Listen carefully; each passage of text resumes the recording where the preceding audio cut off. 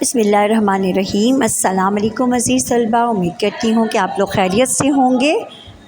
آج ہم آپ کی سرگرمی نمبر 14 کرنے جا رہے ہیں کہ درسی کتاب سے دی گئی کوئی بھی ایک کہانی جو ہے نظم کو اپنے الفاظ میں کہانی کی صورت میں لکھے۔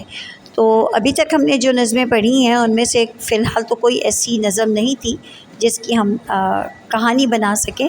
آپ اپنی مرضی سے بھی کوئی ایسی نظم جس کی کہانی بن سکے آپ کر سکتے ہیں، لیکن میں نے آپ کی درسی کتاب کے صفحہ نمبر 95 میں سے ایک نظم محنت کی برکات لی ہے، جسے ہم نے ایک پیراگراف کی صورت میں لکھا ہے۔ تو اس کو دیکھیں اور اگر آپ اپنی مرضی سے بھی کوئی کرنا چاہیں تو آپ کر سکتے ہیں۔ نظم محنت کی برکات، ٹھیک ہے، جو میں نے آپ کی درسی کتاب صفحہ نمبر 95 سے لیا ہے۔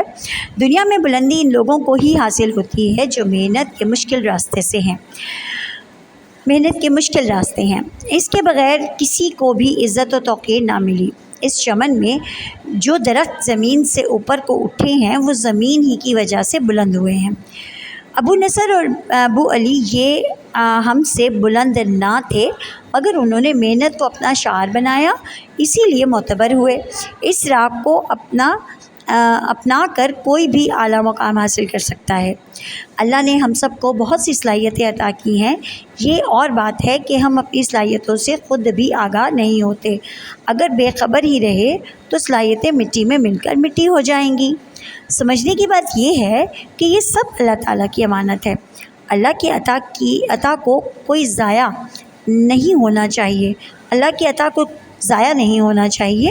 انسان کو اپنی مدد آپ کرتے ہوئے ہمت نہیں ہارنی چاہیے، بس اللہ کو اپنا حامی اور ناصر سمجھے اور اس کے سوا سب سہارے عارضی ہیں۔